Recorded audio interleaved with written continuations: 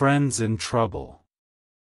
There lived two close friends, Basit and Rahil, in a village near Hyderabad. In school, they studied together and, in the evening, both friends enjoyed playing cricket together. On weekends, they usually went to the nearby canal for fishing. Often, they also went on long walks in the nearby forest because they liked listening to the birds chirping, watching the animals at play, and looking at the beautiful flowers. They always enjoyed each other's company. They laughed, joked, and had a great time the whole day. Basit was a kind and helpful boy by nature. Moreover, his parents had always taught him to be a kind, sympathetic, helpful and sincere person. He behaved very nicely with all his friends, but he had a special place in his heart for Rahil. Basit always helped Rahil with his homework. He was always willing to guide and help him whenever he faced any difficulty or problem. He also happily gave one of his fish to Rahil when he failed to catch any because, luckily, Basit often managed to catch more fish than Rahil.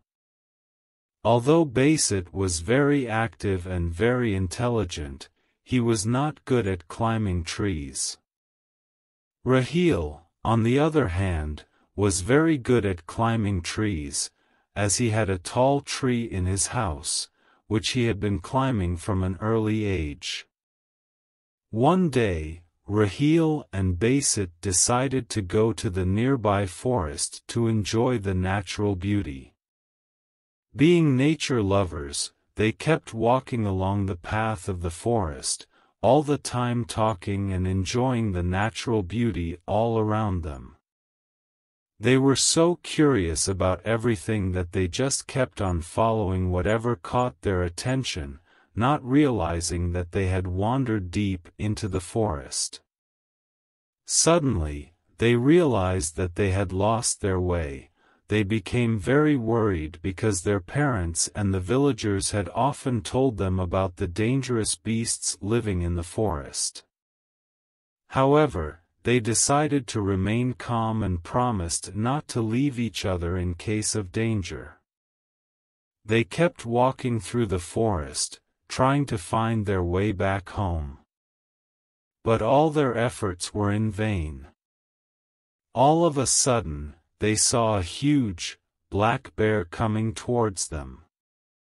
They got frightened. This is where Rahil showed his selfish nature and said, "Look, Basit, we are in great trouble. As I see it, we have only two choices, either we climb on a tree and save ourselves or we start running. Since I am good at climbing, I'm going to climb a tree. As you do not know how to climb, it would be a good idea for you to run as quickly as you can to save your life." Basit was extremely shocked to hear this. He had never expected that his friend would abandon him like this because he loved and trusted his friend sincerely. As the bear came nearer, Basit was paralyzed with fear. Finding no other way, he quickly lay flat on the ground, stopped breathing, and pretended to be dead. When the bear reached him, it smelt his body, probably thought he was dead, and did not touch him. Soon the bear just walked away.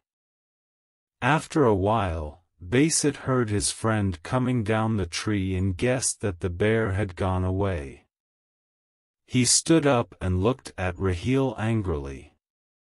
But Rahil, instead of feeling ashamed or apologizing to his friend for having abandoned him, just asked excitedly, "Basit, what did the bear whisper in your ear?" From his position high up in the tree, he had seen that the bear had brought its face close to Basit's head and thought that the bear had said something to his friend.